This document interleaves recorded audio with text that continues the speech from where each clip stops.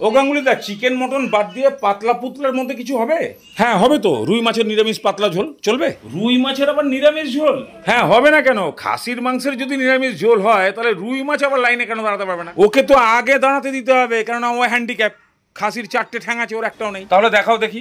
এ রান্নাও দেখাতে হবে, এ তো আজকাল সবাই জানে।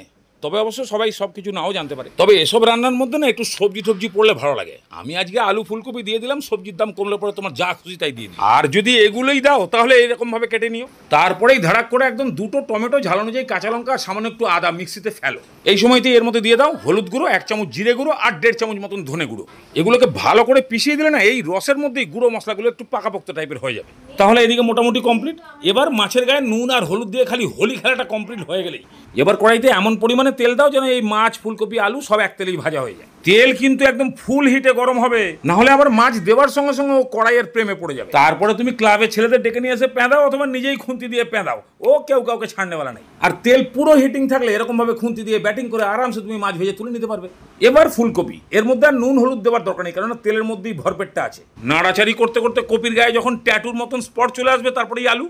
এটাও সেই সেম কেস, নাড়াচাড়ি করতে করতে যখন আলুর গায়ে ভাজা ভাজা স্পট চলে আসবে তারপরে সব তেল ছেঁকে তুলে নাও। এবার তেলের পজিশন একবার দেখে নাও তরকারিটা ঠিকঠাক হয়ে যাবে তো।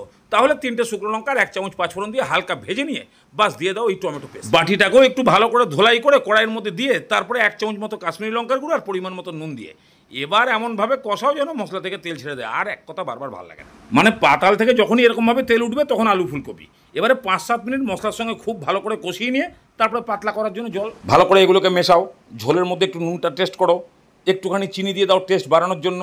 এই চিনির জন্য কেউ কিছু বললে 1 কান দিয়ে শোনো, নাক ঝেড়ে বার করে দাও। তারপরে ঢাকনা দিয়ে ভালো মতন ফুটিয়ে সেদ্ধ করো। সব ভালো মতন সেদ্ধ হয়ে গেলে 2খানা আলু তোলো, একটু ভর্তা করে দিয়ে দাও। ঝোলটা স্লাইট একটু মোটা হবে, একদম টেলটেলে পাতলা হলে তো দেখবে আবার ভাতের উপরে ঢালবে, ম্যান হোল দিয়ে কোথায় পাস হয়ে যায়। তারপরে ভাজা মাছ আর ধনেপাতা কুচি দিয়ে ভালো করে মিশিয়ে, কেউ যদি ভাত পাতে একটু ডোলে খায় তার জন্য 3-4টে কাঁচা লঙ্কা। এবারে ঢাকনা দিয়ে খালি মাত্র 5 মিনিট, 5 মিনিটের মধ্যে মাছও সব সেদ্ধ হয়ে যাবে। এবার খালি নামানোর আগে 1 চামচ ঘি আর 1/2 চামচ গরম মশলা ভালো মতন ঠুকে দাও।